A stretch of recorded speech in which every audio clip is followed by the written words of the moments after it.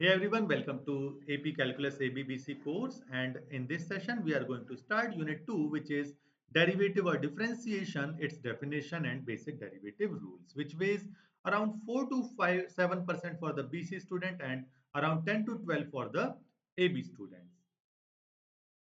To book your free demo, you can contact us on this number, or if you want regular sessions or one-to-one mentoring or group sessions, you can contact us on this number via WhatsApp or the Telegram. If you have any other doubt or need any other clarification or need details, you can also write down in the comment box as well. Okay. So let's start with our unit 2. We have the following subtopics in the unit 2 like average speed, uh, average finding the average instantaneous rates, derivative of a function when functions are present in addition, subtraction, multiplication or division form, how to find the derivatives in those cases for the trigonometric function, logarithmic function, exponential functions and so on. Okay. So we will discuss all these things in the detail as well. So let's start with the calculus part first. Actually, calculus is divided into two parts, differential and integral.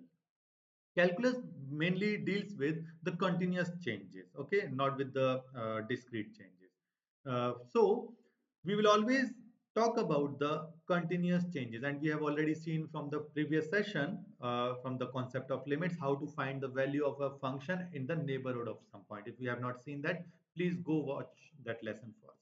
Okay, so here is the graph, let's say, for the distance and time. Okay, so this is the starting point when time is 0, and at this, when the journey ends, this point have the coordinates what? The time taken is 12 seconds and it covers total of what? 4.5 units of distance, right? So in order to find the speed or average speed basically for this entire journey, right? Average speed or average velocity, you can say this time, will be distance. What's the distance covered by them?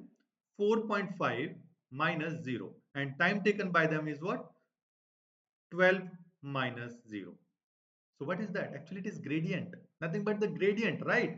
So using the gradient formula, we calculated the average velocity. If we need to find the average velocity for a smaller instant, like from this A point to B point, or instantaneous velocity means the velocity at exactly that point, how to find those things? We will use the concept of this gradient for that. Okay. So here, let's consider the graph of a function, this one, which shows us distance and time. So for the following points. So let's find the average velocity for the entire journey. Okay. So this is our starting point. This is our ending point. Total distance covered is 400 centimeters, right? And in the time 4 seconds. So in order to find the average velocity, simply we will take the gradient, which is by taking 400 minus 0 over 3 minus 0, y2 minus y1 over x2 minus x1, and I got the average velocity for the entire journey, which is 133 centimeters per second. Let's do one thing. Let's decrease the time interval, okay, to find the average speed from 1 second to 4 seconds. Means from these, right, 3 seconds interval. So again, I will use the gradient formula because I know the average velocity will be given by y2 minus y1 over 1, x2 minus x1. In this case, it comes out as 400 minus 69 over 3 minus 1, right? From these 2 points. So what is that? 166 centimeter per second. This is average velocity from time 1 second to 3 seconds. Let's reduce the time one more time. So from time 1 seconds to 2.5 seconds. I have the coordinates of the endpoints, right? So again, I can use the gradient formula to get the average velocity, which comes out as 249 minus 294 minus 69 divided by 2.5 minus 1, which comes out as 150 centimeter per second. So in these we calculated the average velocities, right? But what if I need to find the average velocity, or I'll say instantaneous velocity, means the velocity at one point. So at that point, both starting as well as ending point will be very close to each other. And in that case, if you try to draw this line passing through those 2 points, it will be a tangent line actually, right? If they are very close to each other, then this secant line will become tangent line, right? And this gives us the gradient. This one, theta. So the gradient m is given by tan theta, which is our gradient. We also call it dy over dx. Means the rate of change of y with respect to x, means delta y over delta x, or I can say y2 minus y1 over x2 minus x1. This is the gradient. We also call it slope, gradient of tangent line. Remember this. Now, if the gradient is positive, then what can I say? It means the function is increasing in nature. Okay, so remember this. If I have dy over dx as positive, then function is increasing in nature. But if I have dy over dx means the gradient is negative, then function is obviously decreasing for that part.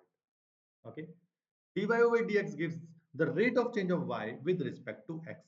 So which we can find by taking changes in y over changes in x. As I said, at a instant of point like here, both the points are very close to each other. There is a very small change, right? So I can say for that part, I can do it from two sides basically. If I want to find the gradient at this point, so I can choose a point just more than that or just less than that. So I can go for right hand derivative or for left hand derivative. Okay, basically in order to find the derivative, we also write it by f prime x. That means the gradient of f. Okay, so that is also given by the concept of limits. Limits delta x approaches to 0. So if I'm taking the right hand point, so can I say its value will be given by the y value for a very small change, right? So I'll say f of x plus delta x minus the previous value whole divided by change in x value. What is that? Delta x. So in this case, I'm taking the value at that point f of x and a value at a point just more than that. I have one more choice. I can take the value at a point which is just less than that. Delta x approaches to 0. But this time I'm taking x minus delta x minus f of x over negative of delta x. Can you see that? In the first part, I'm taking a point on the graph and a point just more than that. So this is our right hand derivative, and if I'm taking a point slightly less than that, is called left hand derivative. It means I can try to draw the tangent lines.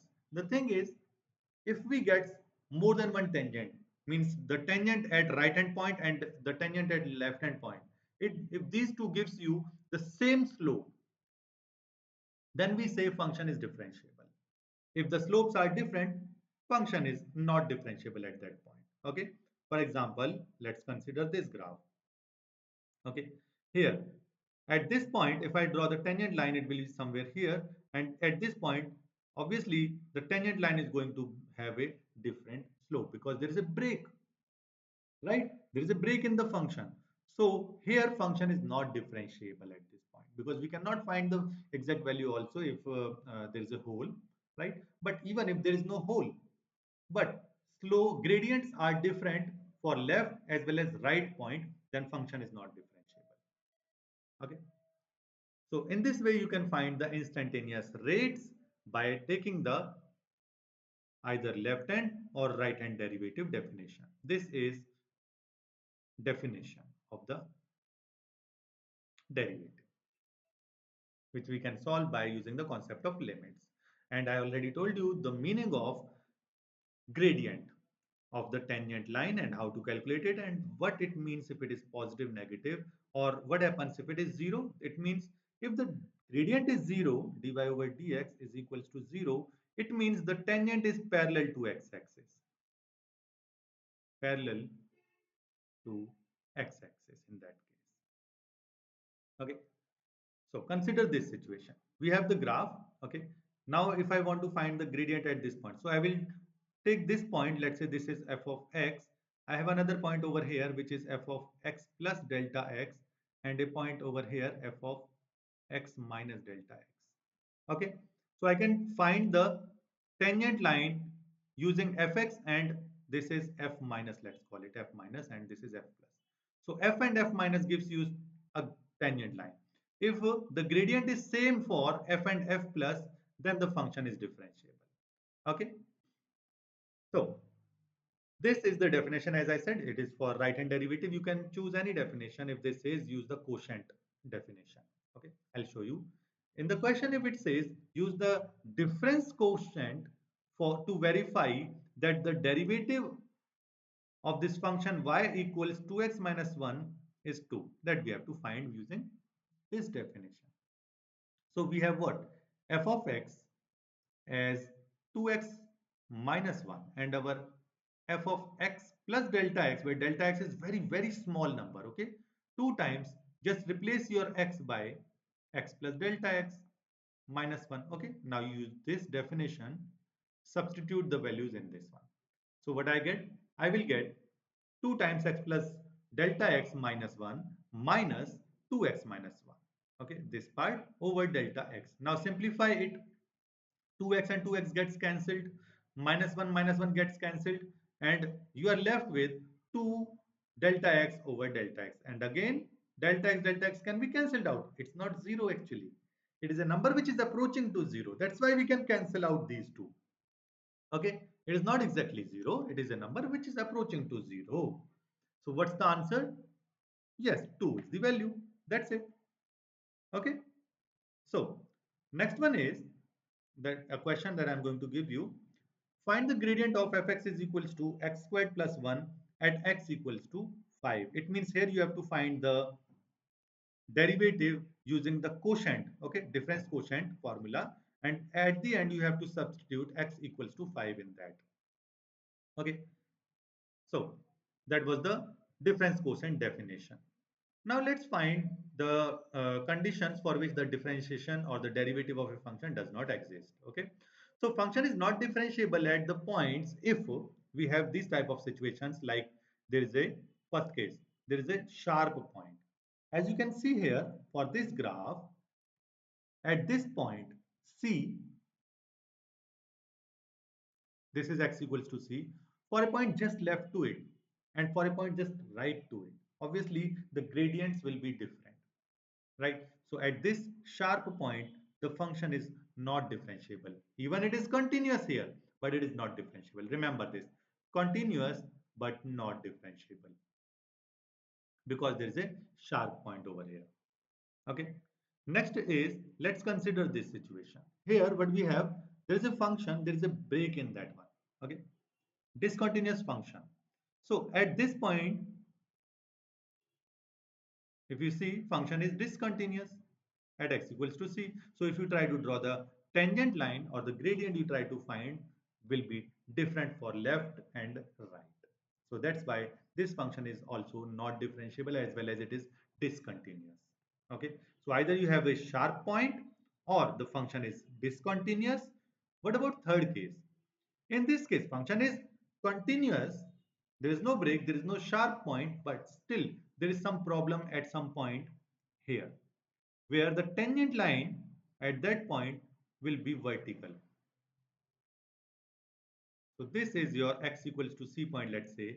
Here the tangent line will be vertical. So we have a problem at that also, because if tangent line is vertical, angle is 90 degrees. So the gradient, right, dy over dx is actually 1 over 0, you can say, or not defined. So that's the problem, because angle is 90 degree. Tan 90 degree is not defined. Okay. So these are the situations where we say function is not differentiable. And remember one more important point. Differentiable means function is continuous as well. But if a function is continuous, it need not be differentiable, as I showed you in the first graph. Okay. Here the function was continuous but not differentiable. If a function is not continuous, it can never be, it is also not differentiable. Okay. Not continuous, non-differentiable. Continuous may or may not be differentiable. Okay. That we have to check by either left hand and right hand derivative. Here is the question. Knowing the derivative is the slope of the tangent line to the graph. Okay,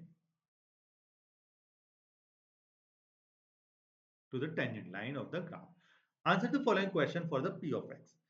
Where is the p prime x equals to 0? So here p prime x equals to 0, it means the tangent line at that point will be parallel to x-axis. So what are those points? Here we have 1 point, here we have 1 point, and here we have 1 point. Means there are these 3 points, and you can simply write the coordinates by checking it. Okay, so let's consider each of the cell is one by one. Okay, so here the coordinates are when, or the x values, let's find, are at these point A, B, and C points. Okay, now it says find those x values where the derivative is greater than 0. Derivative greater than 0, gradient more than 0 means function is increasing in nature for that portion, right? So just find those where the function is increasing. And what are those? As you can see, from A to B, it is increasing, and from after C, right? And after C, it is increasing. P prime x less than 0 means function is what? Decreasing, because gradient is negative. Gradient negative, decreasing function for less than C, as well as what? Decreasing for B to C as well. Okay. So in this region, the function is decreasing in nature, and for the rest, function is increasing in nature.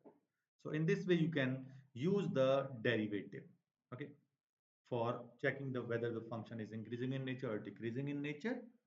Okay, gradient is helpful for that. Now the most important part, which is the power rule for the derivatives. Power rule says that if you have to differentiate, you have to take the derivative of some a times x raised to the power n, where a is constant. Remember, a is a constant number. So x raised to the power n, a as it is, the derivative will be n times x raised to the n minus 1. You have to reduce one power of x, put it out. A times n times x raised to the n minus 1, where n can be any real number. Okay, n belongs to any real number. This works for all of them. Okay, now, so where here, let's start with these questions. And one more thing, if the functions are present with plus or minus sign, you can distribute the derivative sign to each of them. It means, let's say we have to take the derivative of this, x raised to the power 8. It's simple.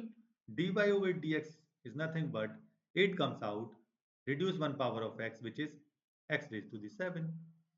Now, fx is 2x cube plus 9x square.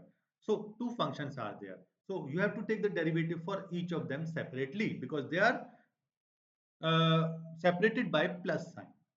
So, for this function, the dy over dx is same as the taking derivative of 2x power 3. What is that?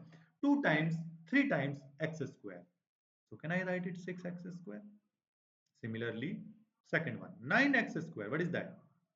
Exactly 18x will be the answer. Okay. Now, if you have 5 by x raised to the power 2, but here you see f 5 by x squared, it's not in the standard form. So first we need to rewrite it in the standard form. So I'll write it 5 times x raised to the negative 2. Right? Now I can apply the derivative power rule, which says 5 as it is. Okay.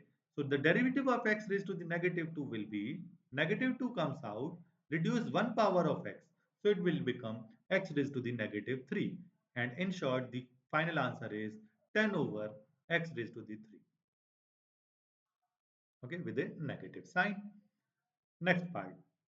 We have y is equal to 7x plus 5.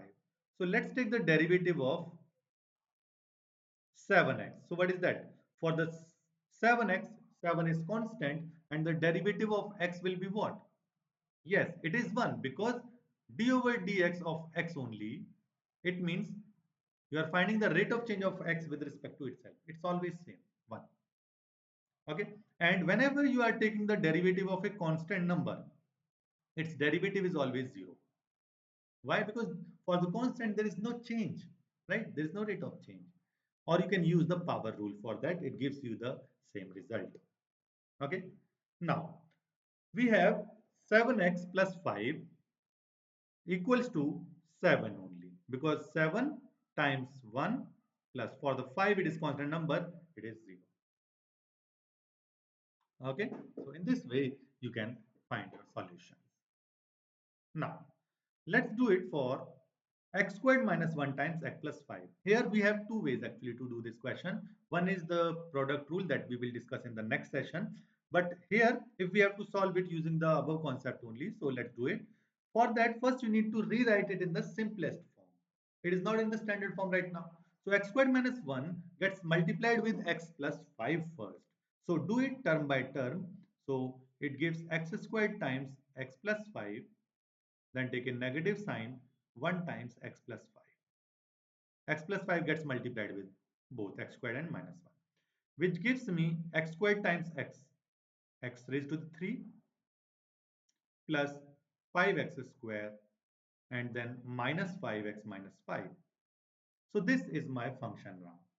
In order to find its derivative, okay, now we need to find its derivative. Let's find it. So the derivative of this dy over dx is given by, yes, you are right, 3x square plus what? 10x minus 5, simple. So that is my answer. Okay. So in this way, you can apply the power rule to find the derivatives. Now, next question says, what is the equation of the tangent line to this function at point 1, comma 4? We have a function, right? And we are trying to find the equation of tangent line. What is that? The equation of line we can consider as y is equals to mx plus c. But m is what? Gradient we need. And we know gradient we can simply find by taking the derivative. So here the gradient of tangent line can be calculated by that. What about C? C is y-intercept that we will calculate using the given point. I will calculate C using this. Let's do it. So we have hx as that. So let's find h prime x means the gradient. Gradient is what? Using the power rule I can say, please check it. Can I write it 6x squared minus 3? But we need the gradient at, because we have to find the tangent line at 1 comma 4. It means we have to find the gradient at 1. So put x equals to 1, y equals to 4. So 6 times 1 squared minus 3 comes out as 3. So the gradient of that tangent line is 3. We got the value of m now. This is m. Now, the equation will be of type y is equals to 3x plus c. And it is passing through 1 comma 4. So x equals to 1 and y equals to 4 will satisfy this equation or not? Yes, because we are trying to find the tangent line. Let's say this is the graph. So we are looking for the tangent line at this point 1 comma 4. So there will be a tangent line like this. We got its gradient. Now the tangent line is passing through 1 comma 4. So this 1 comma 4 must satisfy the equation. So 4 equals 3 times 1 plus c. That gives me c equals 1. And hence the equation of the tangent line comes out as y equals 3x plus 1. Simply. Okay. So in this way, you can find the equation of tangent line. You can check whether the function is increasing or decreasing using the gradient. Okay. Now, here are some trigonometric, logarithmic and exponential derivatives. You are supposed to memorize these, or also these are available in your formula booklet as well. But it's good, it saves time if you memorize these results. Okay. So here are the results. You can take a picture of these if you want to. Okay. And let's apply these in the questions. For example, if we have to take the derivative of sine x, we will simply write cosine x. The derivative of cosine x is simply negative sine x. We can also prove it by using that difference quotient definition. But that is lengthy. It takes time to prove using that. Okay. So we can simply use our formulas to write our answer. Right. And if this says find the derivative at a fixed point, right. So you can also use GDC for that, for finding the derivative at a point, but not for general function. Okay. Here is the question. Find the derivative for each of the following. First, all are separated by plus or minus, Means we have to just take the derivative of each of these. So 2x squared. So what's the derivative of 2x squared? This one is simply 4x. Then take a plus sign as it is. Cosine x. The derivative of cosine x is negative sine x. Then negative 8 as it is. The derivative of e raised to the x is simply e raised to the x itself. Okay. Similarly for the second one. What is that? 4 raised to x. You can look into the formula booklet for that formulas. It gives me 4 raised to the x, the natural log of 4, plus the derivative of log x base 4 is coming out as natural log of 4 in the denominator times 1 over x, minus 1 over x is the derivative of natural log of x. So this is the answer. Okay, so in this way you can find the derivative. Now a problem occurs, what if functions are in multiplication like 2x squared times cosine x? So here we need to use the product rule that we will discuss in the next lesson. Product rule, or if you have x squared plus 1 over cosine x minus x, here we have to use the quotient rule because they are in division. If they are separated by plus or minus, just simply distribute the derivative sign. But if they are separated by multiplication or division, use the rules. Okay. And in the next session also we will discuss the chain rule, which is what to do if we have not only cosine x, if we have cosine of 2x squared minus 5 multiplied by 2x squared, something like this. So this time we don't have x only. Okay, it is 2x squared minus 5. So derivative of cosine x is negative sine x. But the derivative of cosine 2x squared minus 5 is not simply negative sine 2x squared minus 5. There is some extra part, 10x. I'll give you the reason in the next session. Okay. So what we have covered so far, I started with instantaneous rate of change, and then I said how to find the derivative, what is the notation for that, estimating the derivative of a function at some given point, relating it with the continuity, and we have covered the power rule with the sum, difference, and constant multiple of the functions. We have seen the derivative formulas for the following cosine, trigonometric function, exponential, and logarithmic functions as well. Okay.